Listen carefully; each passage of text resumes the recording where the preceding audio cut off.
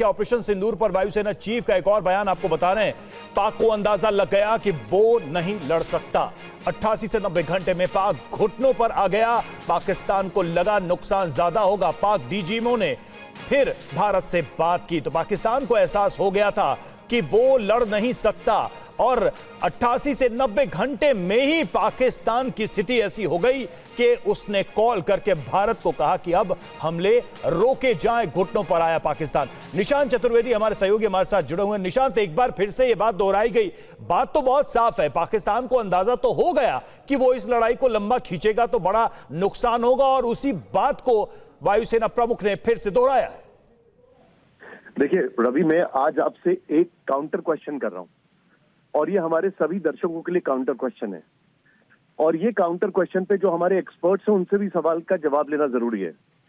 क्या Donald Trump ये बताएंगे कि किराना हिल्स में क्यों उनके फाइटर प्लेन्स अटैक करने के भारत के 3 घंटे बाद आ गए? या भारत ने अटैक किया नहीं किया ये तो सब्जेक्ट ऑफ डिस्कशन है, जाने दीजिए। लेकिन किराना हिल्स के ऊपर डियागो गार्सिया से फ्लाई करके क्यों फाइटर प्लेन्स आ गए अमेरिका के? नंबर 1, क्या डोनाल्ड ट्रंप ये बताएंगे कि नूर खान एयरबेस जो है, उस नूर खान एयरबेस के पास जब अमेरिका का एक सर्विलांस एयरक्राफ्ट मार गिराया गया उसके बाद क्यों जेडी वेंस पैनिक में आ गए?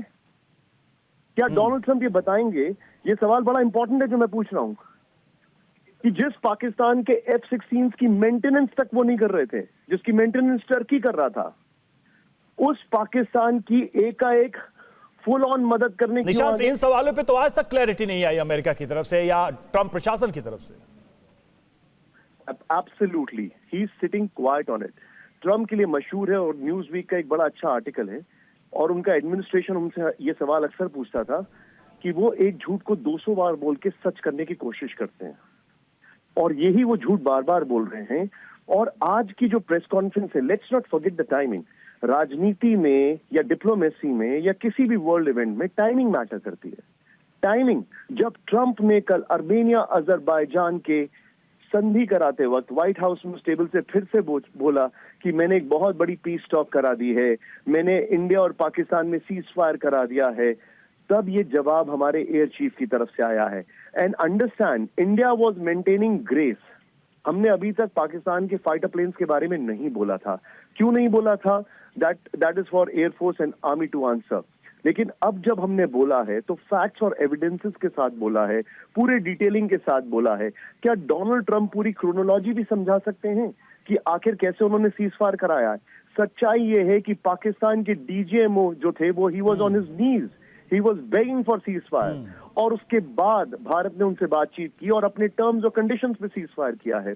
द बिग क्वेश्चन इज, आज जो हमने बताया है कि हमने पाकिस्तान के फाइटर प्लेन्स मार गिराए हैं, हम सब जानते हैं, it was talk of the town. हम इसको बस ओपनली बोल नहीं रहे थे, लेकिन आज जब इन्होंने बोल दिया है then it is right there. बिल्कुल निशांत, और इसके साथ जो नोबेल पीस मिलने का सपना ट्रंप देख रहे हैं उसको भी झटका लगा है जिस तरीके से एयर चीफ मार्शल का बयान आया है। बहुत बहुत शुक्रिया आपका हमारे साथ जुड़ने के लिए। एक और खबर का रुख कर लेते हैं। ऑपरेशन को लेकर कोई पाबंदी नहीं थी, ये भी क्लियर किया गया। बताया गया कि खुली छूट हमें दी गई थी, राजनीतिक इच्छा शक्ति का भी रोल बहुत महत्वपूर्ण था, ये भी बताया गया है। हमें कार्रवाई की पूरी छूट दी गई थी, हम पर कोई रोक नहीं लगाई गई थी। ऑपरेशन को लेकर कोई पाबंदी नहीं थी, air chief marshal AP Singh का बयान।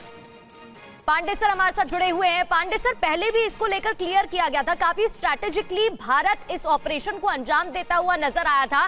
पहले सीडीएस जनरल से जब सवाल किया गया था आंकड़ों को, फैक्ट्स को लेकर, तो उन्होंने बताया, क्लियर किया कि महत्वपूर्ण ये है कि मार कैसे गिराए गए ड्रोन्स, मिसाइल पाकिस्तान के। अब एयर चीफ मार्शल ने क्लियर किया है, नंबर्स के बारे में जानकारी दी है।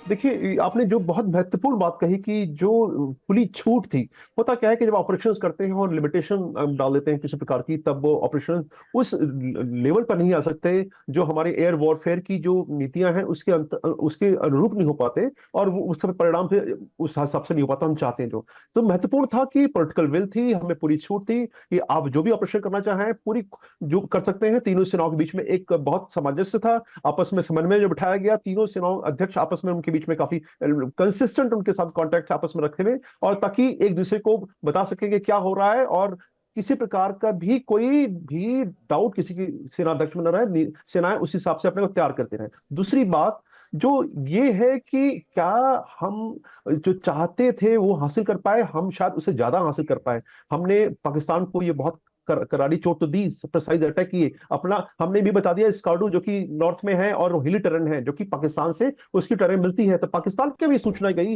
न कि केवल उसके जो प्रोडक्ट डिफेंस प्रोडक्ट्स है उनको हमने भेजा, बल्कि ये सामरिक रूप से हमको एक संदेश गया कि हम स्कार्डू जो बहुत ऊंचाई पे है और उसकी टेरेन जो है बिल्कुल डीके पांडे सर, और जिस बात को आपने रेखांकित किया था उस बात को एक बार फिर से दर्शकों को बताएं कि जो बात कही गई सेना प्रमुख की तरफ से, वायुसेना प्रमुख की तरफ से, उसमें पॉलिटिकल विल की बात की गई, हमें पूरी आजादी दी गई, हम इस हमले को स्ट्रैटेजाइज करने के लिए, इसकी पूरी रणनीति बनाने के लिए, ये बहुत ही महत्वपूर्ण है ऐसे वक्त में जब पाकिस्तान की सीमा के अंदर घुसकर इस तरह का ऑपरेशन करना हो। दुनिया में ऐसे बहुत कम देश हैं जो इस तरह के ऑपरेशन को अंजाम देते, खासकर पाकिस्तान की बात करें। हमें अमेरिका का ऑपरेशन याद आता है जब उसामा बिन लादेन को न्यूट्रलाइज किया गया, और उसके बाद भारत ने पाकिस्तान की सीमा में घुसकर बदला लिया था और पाकिस्तान को बताया था कि ऑपरेशन कहीं भी भारत कर सकता है, वो पाकिस्तान की सीमा में ही आतंकी क्यों ना छुपे हों। बहुत बहुत शुक्रिया डीके पांडे सर हमसे जुड़ने के लिए। बहल सर भी हमारे साथ जुड़े हुए थे, उनका बहुत बहुत